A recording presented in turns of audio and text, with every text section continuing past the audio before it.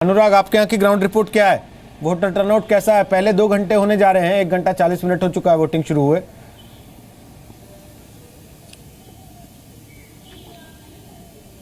देखिए रोहित, अभी कुछ देर पहले यहाँ के लोगों से मेरी बात हुई तो उनका यह कहना था कि यहाँ पर 10 बजे के बाद जो लोग हैं वो अपने घरों से निकलना शुरू करते हैं और फिर बम्पर वोट डालते हैं। जिस तरीके से पहले मैंने आपको बताने की कोशिश की थी कि जो एरिया है नरेश अग्रवाल का प्रभावित एरिया है, उनका काफी अच्छा दबदबा है।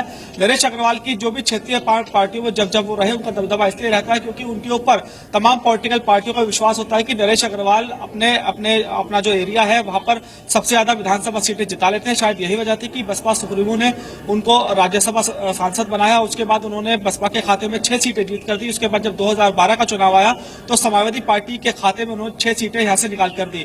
हालांकि इस बार का जो चुनाव है बहुत ज्यादा कठिन उनके लिए भी है, क्योंकि यहाँ पर अगर हम बात करें बसपा की तो बसपा के जो 2 सिटिंग विधायक थे उन्होंने भाजपा का दामन थाम लिया है। इसके अलावा अगर हम बात करें समाजवादी पार्टी के विधायकों की तो उसमें भी काफी चेंज हुआ है। फिलहाल समीकरण यहाँ के काफी बदले हुए हैं और जिस तरीके से मुख्यमंत्री अखिलेश यादव ये बात कहते हैं कि उनका काम बोलता है, तो हरदोई की जो जनता है उनसे जब हमने बात की तो उनका यह कहना था कि जो काम है वो अर्बन एरिया में होता नजर आता है। अगर हरदोई की बात करें तो यहाँ पर कोई बहुत बड़ी सुविधा नहीं है। लखनऊ से जो रास्ता है वो यहाँ पर सिंगल रोड है, जगह जगह टूटा हुआ है। इसके अलावा सीतापुर का जो रास्ता है वो भी रोड टूटी हुई है। अगर हम हरदोई के इंटरनल रास्तों की बात करें तो वहां की सड़कें जरूर बनी हुई है। तो कुल मिलाकर जो काम बोलता है वो यहाँ पर दिखाई नहीं दे रहा है। बड़े बड़े दावे यहाँ पर जरूर किए जाते हैं।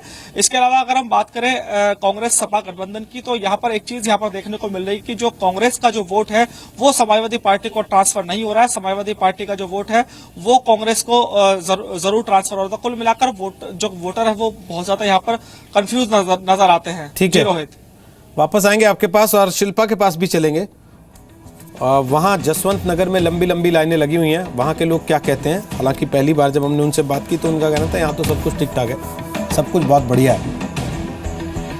छोटा सा ब्रेक लेके वापस आ रहे हैं। आपने अगर वोट डाल दिया है, सेल्फी नहीं भेजी है तो तुरंत भेजिए अपनी सेल्फी, वोट वाली उंगली की स्याही का निशान दिखाते हुए, और साथ ही अपना नाम और शहर का नाम लिखकर #UP3rd राउंड के साथ हमें ट्वीट कर दीजिएगा।